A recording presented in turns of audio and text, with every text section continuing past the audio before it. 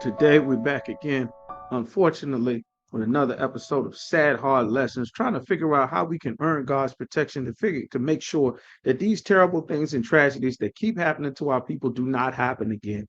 And we want to talk about another story again, a usual culprit, the so-called birthday party.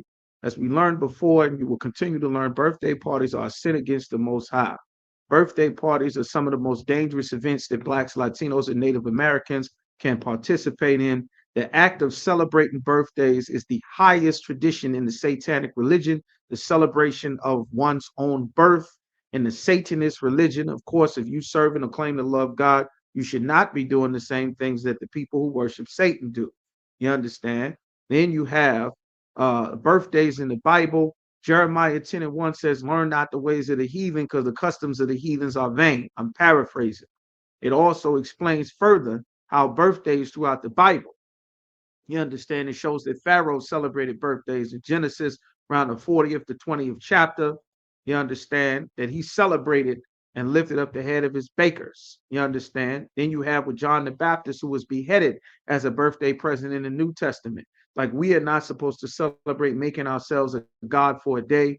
The Lord said, I am a jealous power or a jealous God. You shall have no other gods before me, and we should not take the customs of the other nations. So we have another young brother, 17 years old, tragedy. This brother lost his life, 17 years old. You understand, not too long ago, a birthday party in Gwinnett County, Georgia, leads to a deadly shooting. Young brother, 17 years old, Jaden Long, was reportedly shot and alive. Later on, he passed away from his injuries. How do these deadly things happen? The Lord said, if we keep his law, statutes, and commandments, unfortunately, another sad, hard lesson that we are not taught to do, that we would have the length of days and a long life. But because the Christian church and Christians who support Christianity and the spirit of Christianity would teaches us that thanks to Jesus, we don't have to keep God's commandments anymore. When Christ said himself in Matthew 5:17, think not that I come to destroy the law or the prophets. In the book of Acts, it says they were zealous of the law. That's what it means to serve God. 1 John 5:3.